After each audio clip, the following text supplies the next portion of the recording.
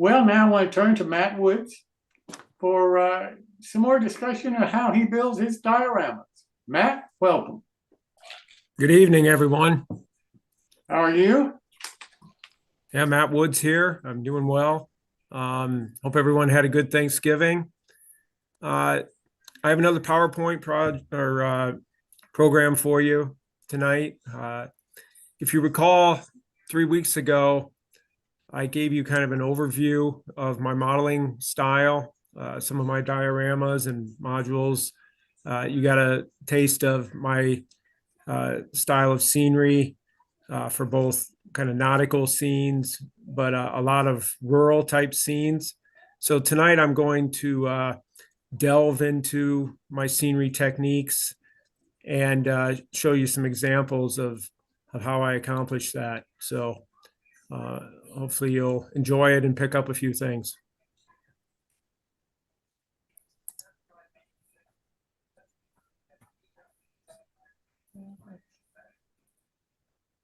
Bear with me. Yeah, just click on share at the bottom and click share where it says share at the bottom. Click on the green. There you go. Yeah, I'm not real proficient with Hang on. this technology. Yeah, go ahead and start again. Click the green share, and then when the things show up, click on the upper left image. Click on share, and then when it opens up, you'll see a bunch of video windows. Pick the upper left. That shows your screen. And then you can just start your PowerPoint. Yep. Now just go ahead and put that into slideshow. Those are on a drive. So you just click on the first one you want to show. Okay, I think we're good to go here. So Cool. as I said, I'm going to focus on modeling fence rows and tree lines. Scenery is one of my favorite aspects of the hobby. And for those who are familiar with my modeling, I guess I'm somewhat known maybe for my scenery. And, I always endeavor to create as realistic a scenery as possible. And I've presented this basic content a few different times at the Midwest Narrow Gauge Show and at the National Narrow Gauge Convention this past September. So this is going to be more specifically on just fence rows and tree lines. So here's a picture of a fence row. So Matt, you're actually sharing your drive. So I'm going to stop that. So click again on share at the bottom. And then when it opens up, pick the upper left window, the upper left one. Don't look at the pictures, just click the upper left.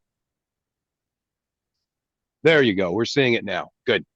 So nothing We're I've seeing- shown, you haven't seen anything I previously showed? Well, I don't know. We're seeing turkeys now in a field. Okay, yeah, that's the second. Can I go back to Yeah, just click up.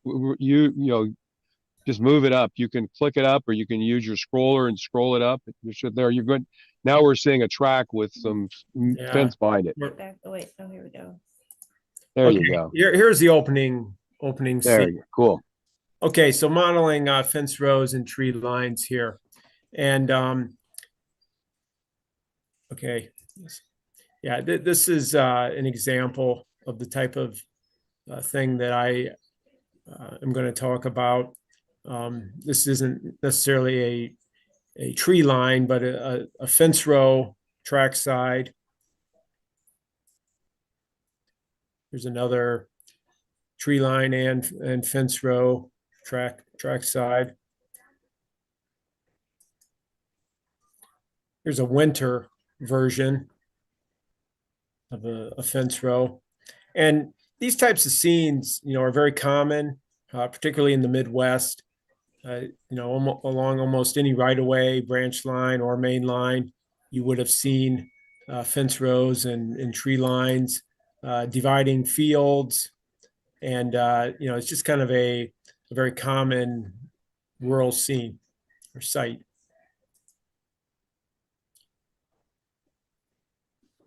Okay, the way I approach this particular scenic feature, it can be used to help create a 3D backdrop.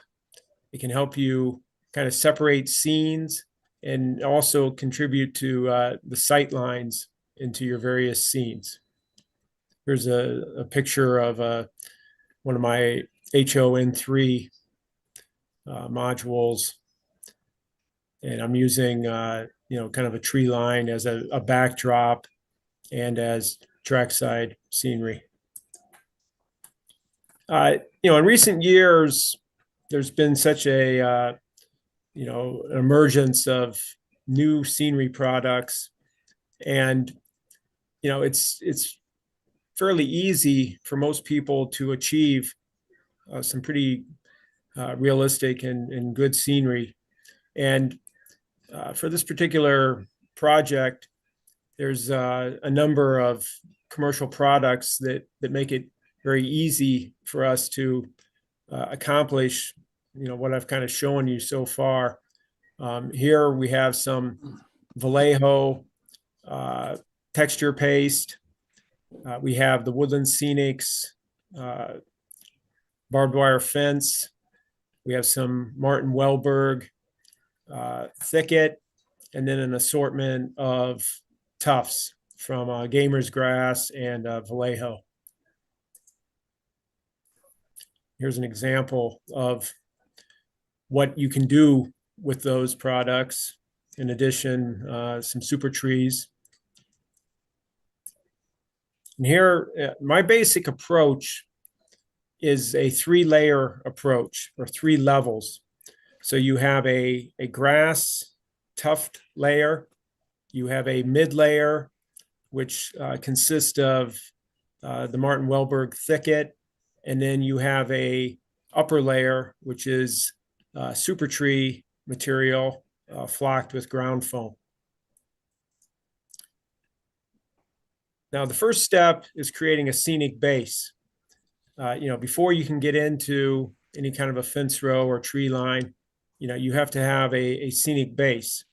Now, in this example, I'm going to show a trackside tree line and fence row.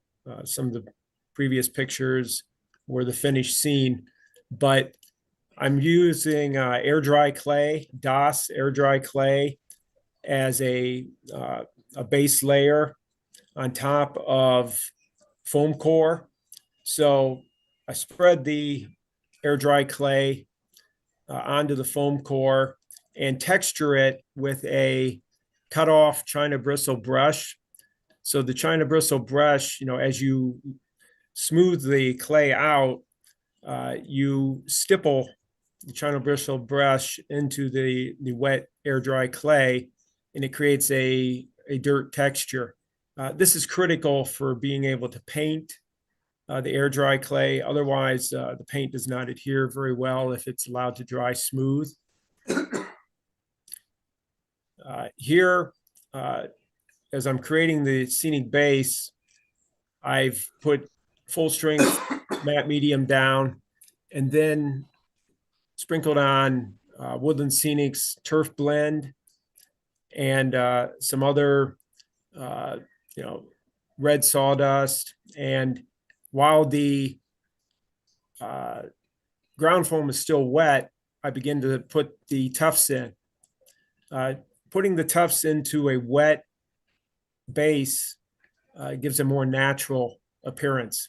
If you wait until everything is dry and then start trying to stick them on, they're floating more on top of the scenery. So it's more effective to start planting tufts while the scenic base is wet. Here's another shot, just building up the quantity of tufts. These are some autumn colored tufts to go with the autumn theme of the scene. And here's the scene dry, after it's had a chance to dry. As you can see in the upper left, I've established the area where the actual tree line is going to be. There's some deadfall and other debris that you would find in a forested area. The next step is to create that mid layer. And in this case, I'm using artificial steel wool as a mid-layer material. Now, artificial steel wool that is produced by 3M is a plastic fiber type material. It's not metal. So there's no concern about metal getting into any locomotive mechanisms or anything. But it comes in pads, and it's a dark gray coloration, and you have to tease it apart or tear it apart. And I've hot glued it on top of the area that's going to represent the tree line and fence row. So this creates kind of a mid layer of briars and underbrush. And what I've actually done is gone through or gone over the gray artificial steel wool and misted on some Tamaya NATO brown to kind of give it a brownish tone. Also in that scene, I had put the first super trees in. They've been painted a dark brown, and I've inserted them into the scene also. But here in this these two photos, I've actually flocked both the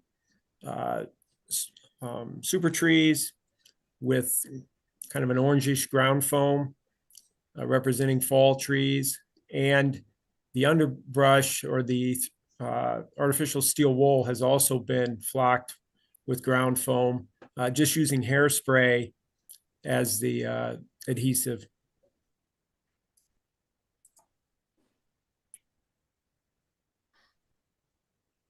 This is just another representation of these types of scenes. These are little examples that I made for the National Narrow Gauge Convention.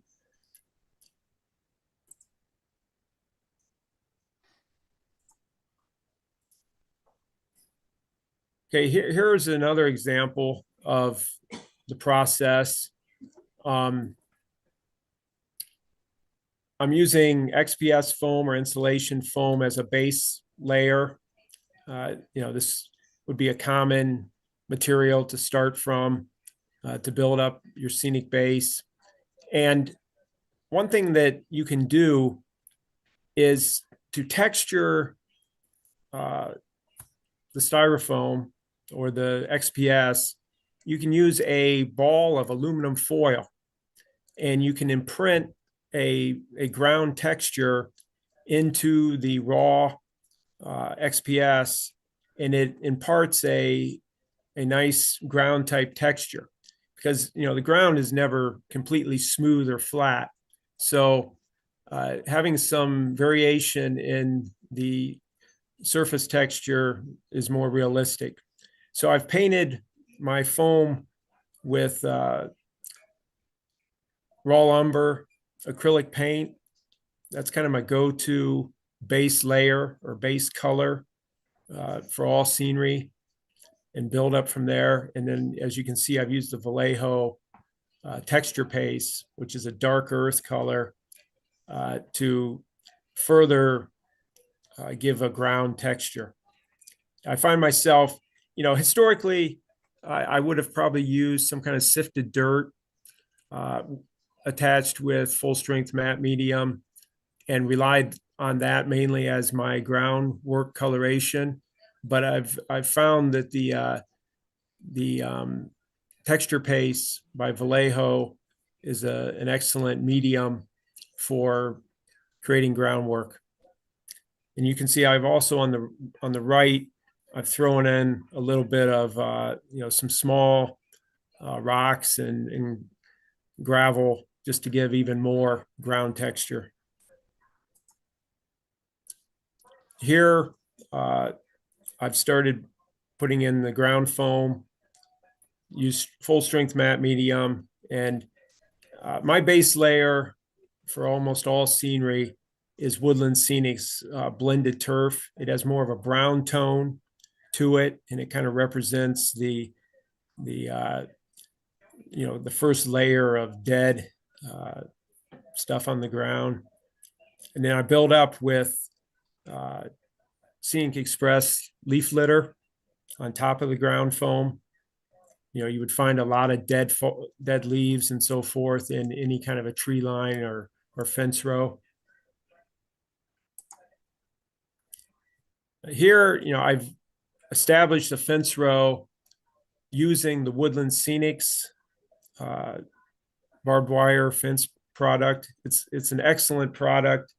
You get about an O scale, probably 30 inches or so of a pre-strung barbed wire fence. So it's plastic post with a wire embedded in the post, and it comes folded up, and you can unfold it and use whatever length you need, and you create holes in your groundwork and glue it in place.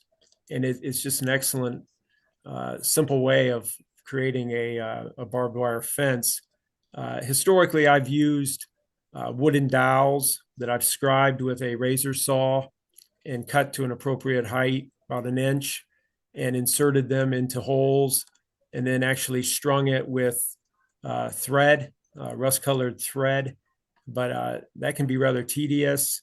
So, this Woodland Scenics product is quite useful. It comes in both HO and O scale, and actually N scale. And here I have a package of gamer's grass, autumn 5mm tufts that I'll start incorporating around the fence post, creating that initial level of scenery. Here's a couple or three more pictures of just the process of used some Martin Wellberg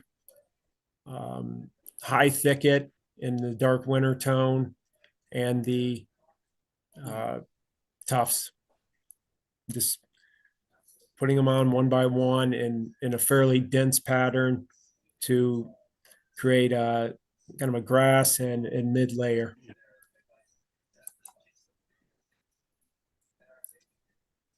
Here you can see I've put painted super tree material, painted with Rust-Oleum dark brown, into the scene. Now you can flock the super trees before you would plant them into a scene. Put whatever ground foam color you want onto them, but I find it just as easy to plant them after they've been painted, glue them in place, insert it into holes, and that gives you more of a sense for, how the scene is going to look. And then you can spray hairspray onto these and put your ground foam onto the super trees. So that's what that looks like after you've flocked the super trees. Here's just a little vignette that I made of a fall, kind of a corner of a field with a stump, cut off stump made out of a dowel and air dry clay. A good way to develop scenery techniques is to make little vignettes or mini scenes in practice, just the colorations you want to use, and use them as scenic studies, so to speak. Here's a prototype reference photo that kind of exemplifies what I'm trying to achieve with these tree lines and fence rows. Another example. This is on my HO layout. You can see where I've used the super tree to create a tree line and a three-dimensional backdrop. And I've essentially used the same procedure that I've shown in this presentation, but on a larger scale. using pretty extensive super trees with leaf flake flocking. And in this case, in the layout situation where you have a backdrop, masonite backdrop, you actually paint a kind of a tree line with gray paint, and then you can take the artificial steel wool and super glue it to the wall and use that as a kind of a view block, so you can't see through the super trees as easily, and it looks more like a dense forest. And then put the super trees in front of that, and it creates a very effective three-dimensional backdrop. Here's another example. And that's kind of the conclusion. But the point is that, tree lines and fence rows are just a very ubiquitous element that you'll find in rural type scenes. And it's a simple thing to model. And it gives a very effective scenic element. And you can go with whatever season you're interested in. I particularly like fall, and kind of seem to favor fall, but I'd be happy to answer any questions that anyone might have. Matt, this is Greg. I've got a quick question about the Woodland Scenics fence that you used. Yes. I recently did one of those, used that product on our club's N scale layout, and doing it in N scale was difficult because what I found was you could pull one of the fence posts taut, but then when you had to finally put it in the hole, the barbed wire, the string didn't stay taut, and I had difficulty trying to get them to stay what looked like properly strung all the way along the roadway I was doing it on. I That agree. problem? Yeah, I agree. I've had that difficulty with the HO. You think you have it taut, Yeah. and the little plastic pin on the bottom of the post is a much smaller diameter than the post, and you have to be careful not to break off that little nub, but it is a challenge to get it perfectly taut. Next week, I'm going to show some actual fence that I made with just dowels and thread. And, if you're willing to put in the time and do it that way, I think it looks as good, if not better. But from a standpoint of, one of the few commercial products that I actually like to use, the Woodland Scenics is kind of a shortcut. It is, and it came out looking good. The advantage of N scale is it's so small it's hard to tell that it's not that, but yeah, I agree that the wires kind of droop and buckle a little bit, and they're not quite as taut as what you'd like to one have. would want, right? All right, thank you. It looks awesome, and lots of great tips in your presentation. Thank you. Matthew, it's Pat here. Yes. On your super trees, what did you say you used for flocking or putting on the tree?